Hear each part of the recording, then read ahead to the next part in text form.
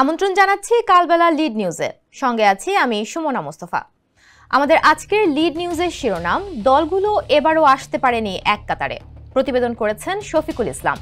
বহুল আলোচিত জুলাই জাতীয় সনদ তথা সংস্কার প্রস্তাব বাস্তবায়নের পদ্ধতি কি হবে তা তুলে ধরে গতকাল বৃহস্পতিবার জাতির উদ্দেশ্যে ভাষণ দিয়েছেন অন্তর্বর্তী সরকারের প্রধান উপদেষ্টা ডক্টর মোহাম্মদ ইউনূস।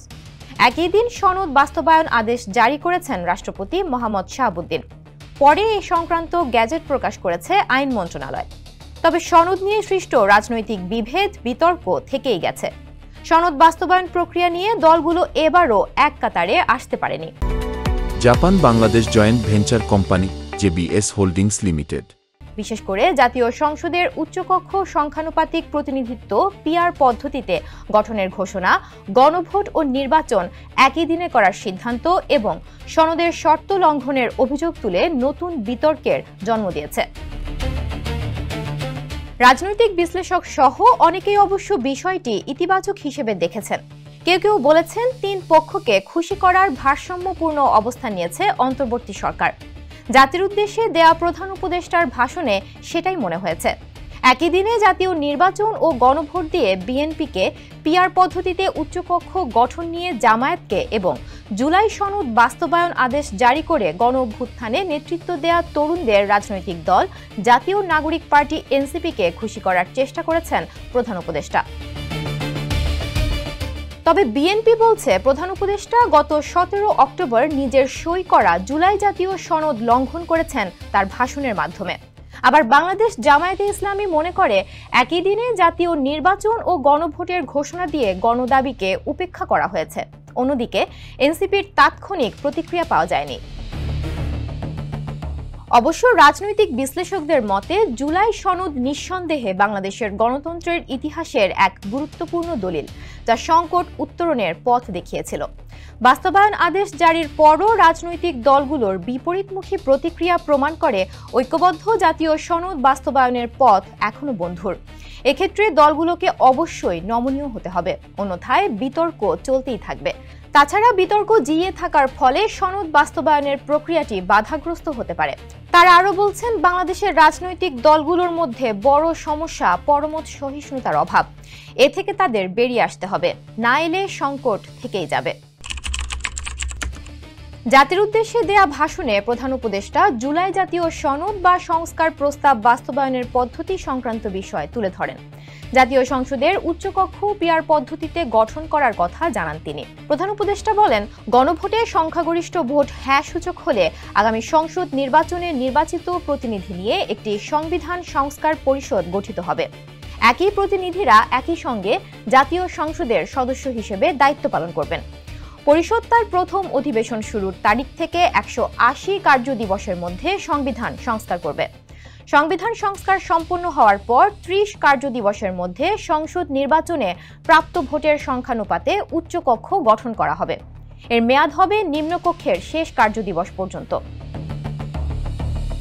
প্রধান উপদেষ্টা তার ভাষণে আরও বলেন, জুলাই সনদ বাস্তবায়নের লক্ষ্যে এ আদেশে আমরা গুরুত্বপূর্ণ কিছু বিধান গ্রহণ করেছি। এর মধ্যে রয়েছে সনদের সংবিধান বিষয়ক সংস্কার প্রস্তাবনার ওপর গণভোট অনুষ্ঠান এবং পরবর্তী সময়ে সংবিধান সংস্কার পরিষদ গঠনের সিদ্ধান্ত। আমরা সব বিষয় বিবেচনা করে সিদ্ধান্ত নিয়েছি যে আগামী জাতীয় সংসদ নির্বাচনের দিনই গণভোটের আয়োজন করা হবে, অর্থাৎ আগামী ফেব্রুয়ারির প্রথমার্ধে জাতীয় সংসদ নির্বাচন ও গণভোট একই দিনে অনুষ্ঠিত হবে।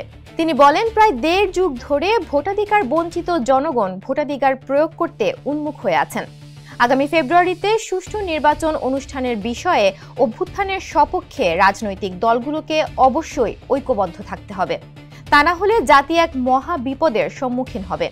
এ সম্পর্কে আমি আগেও একাধিকবার আমার আশঙ্কা প্রকাশ করেছি। ফ্যাসিবাদের বিরুদ্ধে 2024-এর জুলাইয়ে মৃত্যুর মুখোমুখি শির উঁচু করে দাঁড়িয়ে দেশবাসী যে ঐক্য গড়ে তুলেছিল, আমরা জীবিতরা যেন অল্প স্বল্প ভিন্নমত ও লঘু বিবাদে জড়িয়ে তার মর্যাদা ক্ষুণ্ণ না করি। এছাড়া সংবিধানের 70 অনুচ্ছেদের বিলোপ বা সংশোধন, বিচার বিভাগের স্বাধীনতা, নির্বাচন কমিশনকে শক্তিশালীকরণ, প্রশাসনের দলীয়করণ মুক্তকরণ ইত্যাদি বিষয়েও সরকার প্রয়োজনীয় পদক্ষেপ গ্রহণের প্রতিশ্রুতি পুনর্ব্যক্ত করেন ডক্টর মোহাম্মদ ইউনূস।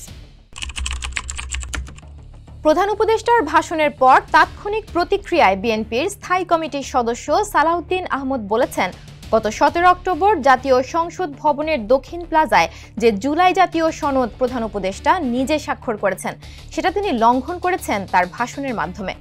বিএনপির এই নেতা বলেন, জাতীয় সংসদের উচ্চকক্ষে পিআর জাতীয় ঐকমত্য কমিশনের মাধ্যমে নোট অফ ডিসেন্টের মাধ্যমে মীমাংসিত। এটি নতুন করে আরোপ করার কোনো সুযোগ নেই। এছাড়া সংবিধান সংস্কার পরিষদ নামে যে বডি, সেটি জাতীয় সংসদের কোনো পর্যায়ের গঠনের বিষয়ে ঐকমত্য কমিশনের আলোচনার বিষয় ছিল না। এটা সম্পূর্ণ নতুন ধারণা। সালাউদ্দিন আহমদ জানান, প্রধান উপদেষ্টার ভাষণের উপর দলের পক্ষ থেকে আনুষ্ঠানিক প্রতিক্রিয়া জানানো হবে। গতকাল সন্ধ্যা 7টায় বিএনপির সর্বোচ্চ নীতি নির্ধারণী ফোরাম জাতীয় কমিটির জরুরি সভায় এ বিষয়ে বিস্তারিত আলোচনা হয়েছে। এতে ভার্চুয়ালি সভাপতিত্ব করেন দলের ভারপ্রাপ্ত চেয়ারম্যান তারেক রহমান। তাৎক্ষণিক প্রতিক্রিয়ায় সালাউদ্দিন আহমদ প্রধান উপদেষ্টা তার ভাষণের মাধ্যমে জুলাই সনদ লঙ্ঘন করেছেন বলে মন্তব্য করলেও পরে রাতে দলের স্থায়ী কমিটির সভা শেষে একই দিনে গণভোট ও সংসদ নির্বাচনের ঘোষণায় প্রধান উপদেষ্টাকে ধন্যবাদ জানায় বিএনপি। গুলশানের চেয়ারপারসনের রাজনৈতিক কার্যালয়ে টানা 3 ঘণ্টা চলে এ বৈঠক। এরপর প্রেস ব্রিফিংয়ে বিএনপির মহাসচিব মির্জা ফখরুল ইসলাম আলমগীর বলেন, জাতির উদ্দেশ্যে অন্তর্বর্তীকালীন সরকারের প্রধান আগামী ফেব্রুয়ারি মাসে জাতীয় সংসদ নির্বাচনের ঘোষণা পুনর্ব্যক্ত করায় এবং সংসদ নির্বাচনের দিন গণভোটের ঘোষণা দেয়ায় বিএনপির স্থায়ী কমিটির সভায় প্রধান উপদেষ্টাকে ধন্যবাদ জানানো হয়। একই সঙ্গে গত 17 অক্টোবর ঐকমত্যের ভিত্তিতে স্বাক্ষরিত জুলাই জাতীয় সনদের ওপর জনগণের সম্মতি গ্রহণের জন্য গণভোট অনুষ্ঠানের এবং যথাশীঘ্রই জাতীয় সংসদ নির্বাচন আয়োজনের জন্য সরকার ও নির্বাচন কমিশনের প্রতি আহ্বান জানানো হয়। সভা সূত্রে জানা গেছে, দু একটি বিষয়ে আপত্তি থাকলেও মোটা দাগে ফেব্রুয়ারিতে নির্বাচন অনুষ্ঠানের স্বার্থে সভায় প্রধান উপদেষ্টাকে ধন্যবাদ জানানোর সিদ্ধান্ত গৃহীত হয়। সংবাদ সম্মেলনে বিএনপির স্থায়ী কমিটির সদস্য ডক্টর খন্দকার মোশাররফ হোসেন, গয়েশ্বর চন্দ্র রায়, ডক্টর আব্দুল মঈন খান, নজরুল ইসলাম খান, আমির খসরু মাহমুদ চৌধুরী, সালাউদ্দিন আহমদ, সেলিমার রহমান, হাফিজউদ্দিন আহমেদ ও ডাক্তার AZM জাহিদ হোসেন উপস্থিত ছিলেন। দীর্ঘদিন ধরে জাতীয় নির্বাচনের আগেই জুলাই সনদ ঘোষণা ও এর আইনি ভিত্তি দেওয়ার দাবিতে আন্দোলন করে আসছে জামায়াতে ইসলামী সহ কয়েকটি দল। প্রধান উপদেষ্টার ভাষণের প্রতিক্রিয়ায় জামায়াতের সেক্রেটারি জেনারেল মিয়া গোলাম পরওয়ার বলেন, জনগণের অভিপ্রায় ও গণদাবিকে উপেক্ষা করে একই দিনে জাতীয় নির্বাচন ও গণভোটের ঘোষণা দিয়েছে সরকার। প্রধান উপদেষ্টার এ ঘোষণায় জনগণের আকাঙ্ক্ষা পূরণ হয়নি। গতকাল বিকেলে জামায়াতের কেন্দ্রীয় কার্যালয়ের নিচতলায় তিনি সাংবাদিকদের সঙ্গে কথা বলেন। এছাড়া জামায়াতের সর্বোচ্চ নীতি নির্ধারণী ফোরাম নির্বাহী পরিষদের বৈঠক অনুষ্ঠিত হয়। গোলাম পরওয়ার সাংবাদিকদের বলেন, সংবিধান সংস্কার সহ অন্যান্য সংস্কার বিষয়ে যে 48টি প্রস্তাবে রাজনৈতিক দলগুলো একমত হয়েছে সেগুলো জাতীয় নির্বাচনের আগে জাতিকে জানাতে হবে। ভোটাররা সেই বিষয়ে জানার পরই গণভোটে হ্যাঁ বা না মতামত দেবেন। কিন্তু একই দিনে জাতীয় নির্বাচন ও গণভোট হলে একজন ভোটারকে গণভোট দিতে হবে, আবার প্রতীকে জাতীয় নির্বাচনের ভোটও দিতে হবে। এটা একটা সংকট তৈরি করবে। প্রধান উপদেষ্টার ভাষণকে স্বাগত জানিয়ে 12 দলীয় জোট বলেছে, প্রধান উপদেষ্টার ভাষণ গণতন্ত্রের উত্তরণের পথে একটি ইতিবাচক, সময়োপযোগী এবং বাস্তবধর্মী পদক্ষেপ। দেশের সাধারণ জনগণ প্রধান উপদেষ্টার এ ঘোষণায় উৎফুল্ল হয়েছেন। এর মধ্য দিয়ে রাজনৈতিক অঙ্গনে গণভোট এবং জাতীয় সংসদ নির্বাচন নিয়ে যে সংশয় দেখা দিয়েছিল তা কেটে গেছে। জোটের প্রধান সমন্বয়ক সৈয়দ এহসানুল হুদা স্বাক্ষরিত এক বিজ্ঞপ্তিতে এসব বলা হয়। ডক্টর ইউনূসের ভাষণে চূড়ান্ত সিদ্ধান্ত বা আদেশের কিছু বিষয়ে ভিন্ন মত থাকলেও তাকে স্বাগত জানিয়েছে আমার বাংলাদেশ এবি পার্টি। পার্টির চেয়ারম্যান মুজিবুর রহমান মঞ্জু ও সাধারণ সম্পাদক ব্যারিস্টার আসাদুজ্জামান ফুয়াদ গতকাল এক বিবৃতিতে বলেন, আমরা জাতির বৃহত্তর স্বার্থে প্রধান উপদেষ্টার বক্তব্যকে মেনে নেওয়ার পক্ষে। সরকার সব দিক বিবেচনা করেই একই দিনে গণভোট ও জাতীয় নির্বাচন, উচ্চকক্ষে সংখ্যানুপাতিক ভোটের হিসাবে আসন নির্ধারণ এবং গণভোটে একমত ও ভিন্ন মতকে অন্তর্ভুক্ত করে ব্যালট তৈরি সহ চূড়ান্ত কিছু নির্দেশনা দিয়েছেন। আমরা মনে করি এটা অপেক্ষাকৃত গ্রহণযোগ্য সমাধান। খেলাফত মজলিসের আমির মাওলানা আব্দুল বাসিত আজাদ গতকাল এক বিবৃতিতে বলেন, অন্তর্বর্তীকালীন সরকার জুলাই জাতীয় সনদ বাস্তবায়ন আদেশ জারির সিদ্ধান্ত ইতিবাচক এবং জন অভিপ্রায়ের বহিঃপ্রকাশ। এটি জনগণের কাঙ্ক্ষিত সংস্কারের প্রত্যাশা পূরণে এক ধাপ অগ্রগতি। কিন্তু গণভোট ও জাতীয় সংসদ নির্বাচন একই দিনে অনুষ্ঠানের সিদ্ধান্ত যথার্থ নয়, কারণ এতে সনদ বাস্তবায়ন ঝুঁকিপূর্ণ হবে।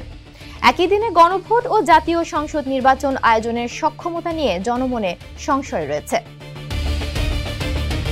বাংলাদেশ খেলাফত মজলিসের আমির মাওলানা মামুনুল হক এক বিবৃতিতে বলেন, জাতীয় নির্বাচন ও গণভোট একসঙ্গে করার ঘোষণা দিয়ে এবং একই প্রশ্নের মধ্যে আলাদা আলাদা 4টি অংশ রেখে গণভোটকে ঝুঁকির মধ্যে ফেলা হয়েছে। এর মাধ্যমে জুলাই গণ অভ্যুত্থানের সাংবিধানিক স্বীকৃতিও ঝুঁকিতে পড়েছে। জাতীয় নির্বাচনের সঙ্গে একই দিনে গণভোট করার সিদ্ধান্ত অনাকাঙ্ক্ষিত বলে মন্তব্য করেছে ইসলামী আন্দোলন বাংলাদেশ। প্রধান উপদেষ্টার ভাষণের পর সন্ধ্যায় জরুরি সংবাদ সম্মেলনে নিজেদের অবস্থান তুলে ধরেন দলটির যুগ্ম মহাসচিব ও মুখপাত্র মাওলানা গাজী আতাউর রহমান।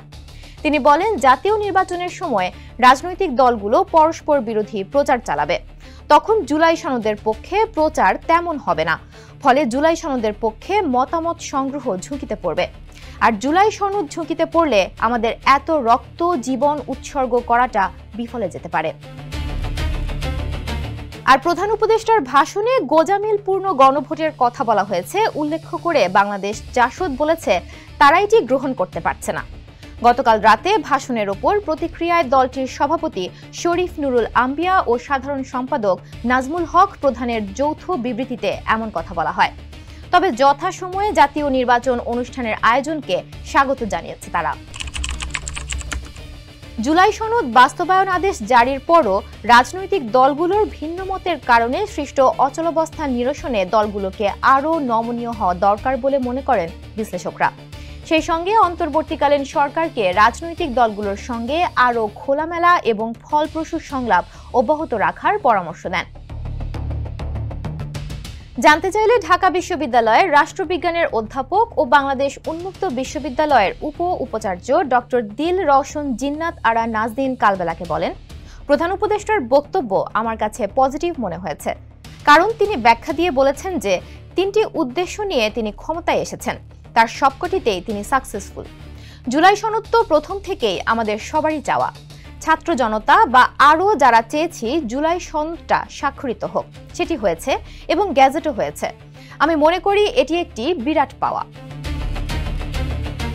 তিনি বলেন, গণভোট ও জাতীয় নির্বাচন একই দিনে করার ঘোষণা আমার কাছে খুবই ইতিবাচক। আমি কিন্তু শুরু থেকেই বলে আসছি গণভোট যাতে নির্বাচনের পর না হয়। তারপরও রাজনৈতিক দলগুলোর পরস্পর বিরোধী বক্তব্য কেন, এই প্রশ্নের জবাবে অধ্যাপক দিল রওশন বলেন, এটাই তো আমাদের বড় সমস্যা।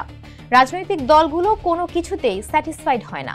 বিতর্কের শেষ কোথায়, এ প্রশ্নের উত্তরে তিনি বলেন, যেভাবে চলছে তাতে কখনো শেষ হবে কিনা জানি না, তবে প্রত্যাশা করি একসময় হবে। আমি বলবো দলগুলোকে আরো নমনীয় এবং একমত হয়ে ইতিবাচক চিন্তা করে ভালো কিছু করা উচিত। ঢাকা বিশ্ববিদ্যালয়ের রাষ্ট্রবিজ্ঞান বিভাগের অধ্যাপক ডক্টর কাজী মোহাম্মদ মাহবুবুর রহমান বলেন, সরকার আসলে সরকারেরই কুলি রক্ষা করছে। সরকার যে সংস্কারের ব্যাপারে চিন্তা করেছিল প্রথম থেকে, ঐকমত্য কমিশন যে সুপারিশ সামনে এনেছে, সেই সুপারিশই আসলে প্রধান উপদেষ্টার ভাষণে ফুটে উঠেছে। এখানে বিএনপি জামায়াত এসব কিছু ব্যাপার না, ব্যাপার হলো সরকার কি চাচ্ছে, সেটাই সরকার প্রায়োরিটি দিয়েছে। তিনি আরো বলেন, অনেকে মনে করতে পারেন একই দিনে গণভোট ও জাতীয় নির্বাচনের ব্যাপারটা বিএনপির পক্ষে গেছে। বিষয়টি আসলে তা নয়, কারণ বর্তমানে সরকারের বা নির্বাচন কমিশনের গণভোট করার মতো সামর্থ্যই নেই।